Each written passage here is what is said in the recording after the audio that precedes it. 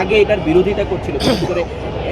একেবারে সরাসরি বললে এনসিপির বিভিন্ন পর্যায়ের মানুষজন এবং তাদের সমর্থকরা, তারা সেটা নিয়ে আবার এখন একটা নতুন করে প্রচারণা চালাচ্ছে। মানে এই জায়গাটায় আপনাদের দেখেন, আমি একজন প্লেয়ার,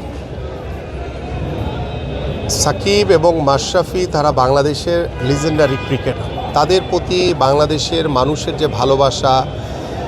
আমি দেখেছি এবং খেলার প্রতি তাদের যে একটি আকৃষ্টতা রয়েছে, আমি একজন ক্রীড়াবিদ হিসেবে মনে করি যে যেহেতু তাদের যে মামলা সংক্রান্ত বিষয়টি রয়েছে সেটি রাষ্ট্রীয় সিদ্ধান্ত এবং রাষ্ট্রীয় সিদ্ধান্ত অনুযায়ী তারা ব্যক্তিগত তাদের যে লয়ার রয়েছে এবং তাদের লয়ারের মাধ্যমে তারা যদি আইনগত যে বিষয়গুলো রয়েছে সেগুলো ফেস করে তারা যদি নিরপরাধ হয়ে তারা যদি দেশের মাঠে এসে খেলে, সেই জায়গাতে আমি একজন স্পোর্টসম্যান হিসেবে অবশ্যই এটাতে আমি তাদেরকে ওয়েলকাম করব যে আপনারা এসে আপনাদের যে মামলাগুলো রয়েছে সেগুলো ফেস করে আপনারা যদি নিরপরাধ হন, আপনারা সব কিছু কিউর করে এসে যদি আপনারা মাঠে আসেন, আমরা মোস্ট ওয়েলকাম তাদের। আমরা এটুকুতে শতভাগ আমরা নমনীয় থাকবো ইনশাআল্লাহ।